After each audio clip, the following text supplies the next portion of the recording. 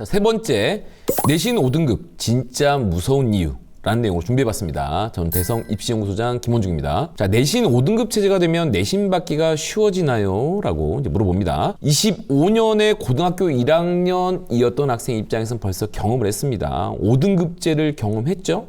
네, 하지만 이 학생들도 아직은 선택 과목에 본격적으로 들어간 건 아니에요. 그래서 이 경험을 모두 해본 것은 아닙니다. 자, 내신 5등급 체제는 완화된 것보다는 전체적으로 재편됐다라고 봐야 됩니다.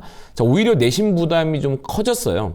자, 이건 어떻게 알아볼 수 있냐면 예비 고의의 선택 과목 경향성으로 확인이 됩니다. 바로 이수자가 많은 과목으로 쏠려갑니다.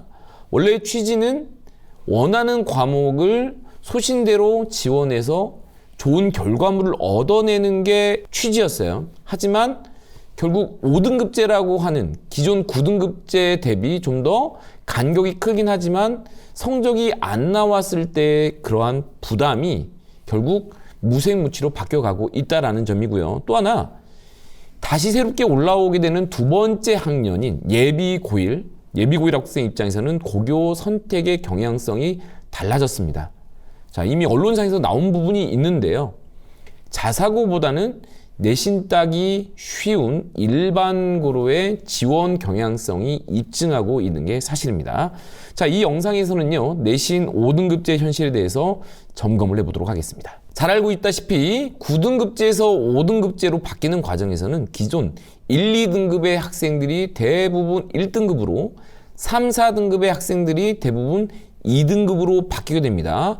10등급에서 5등급으로 정확히 잘리는 게 아니다 보니까 일부 겹치거나 빠지는 부분들이 있을 수 있습니다만 대략적으로 2등급씩 묶어서 새로운 등급으로 가는 모습이다라고 보셔도 괜찮을 것 같습니다.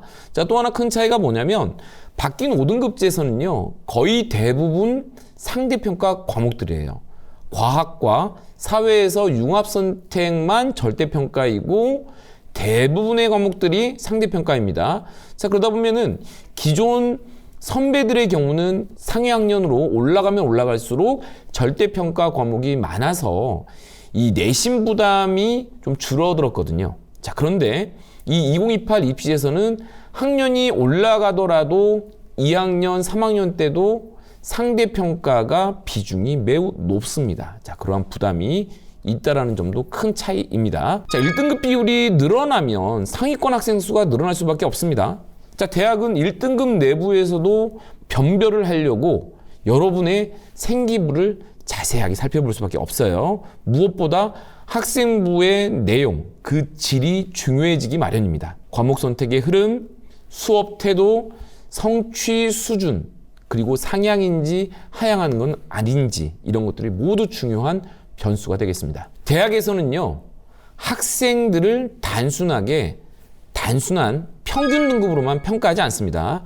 학생들의 학업 태도, 즉 세특에 자세히 기록이 되어 있겠죠. 그리고 과목 선택 이력, 즉 이수 현황이죠. 그리고 성취 변화의 흐름, 상승하는지 하락하는지 널뛰기를 하게 되는지 이것들을 종합적으로 판단하게 됩니다. 자, 이런 종합적인 판단이라고 하는 게 학생부 종합전형이지 않나요? 라고 생각할 수 있는데, 자, 그렇지도 않은 게 이미 예고되어 있는 흐름뿐 아니라 2026, 2027의 변화에서도 우리가 확인해 볼 수 있는데요.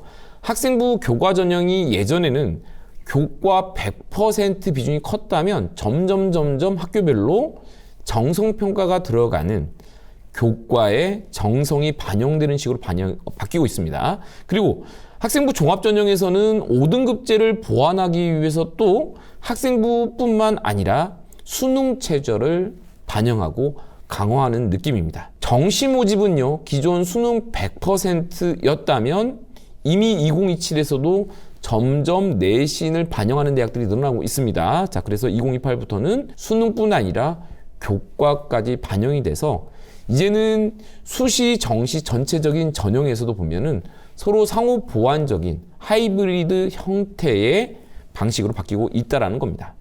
2028의 입결은 어떻게 될까요? 상당히 관심이 높습니다.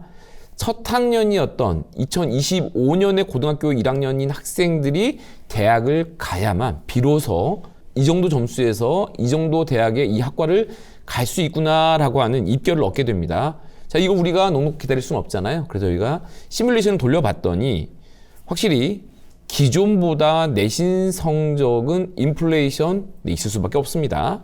그래서 자, 지금 보고 계시는 페이지처럼 아무래도 종합에서 판단했던 것처럼 다니고 있는 학교가 어디였는지에 따라서 입결이 좀 달라질 걸로 저희가 예측을 하고 있습니다.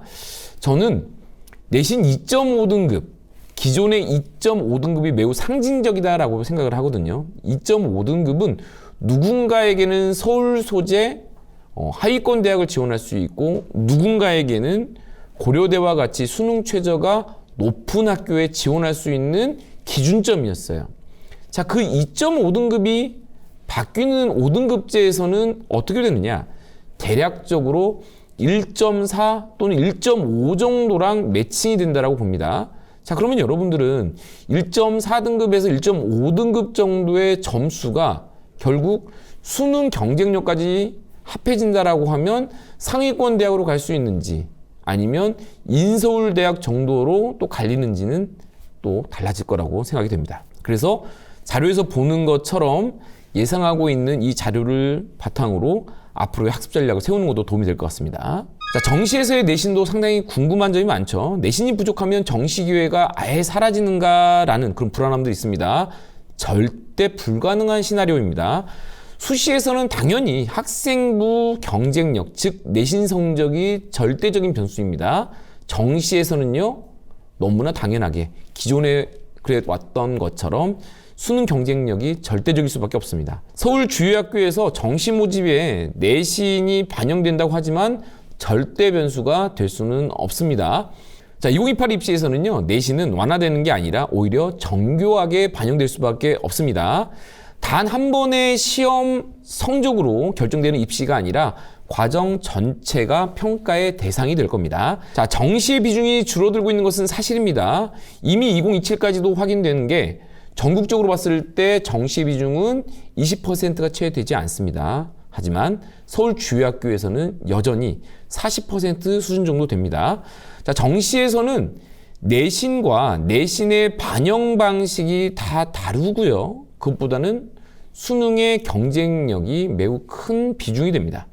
수시에서도 점점 수능 최저학력을 강화하는 방식으로 바뀌어가고 있어요. 그렇기 때문에 전국적으로 봤을 때 수시 비중이 커 보이지만 내신 비중이 커 보이지만 반대로 수능이 준비가 돼 있고 경쟁력이 있다라고 하면 더더욱 수시와 정시를 균형감 있게 준비할 수 있는 여러분의 장점이 될 수 있습니다.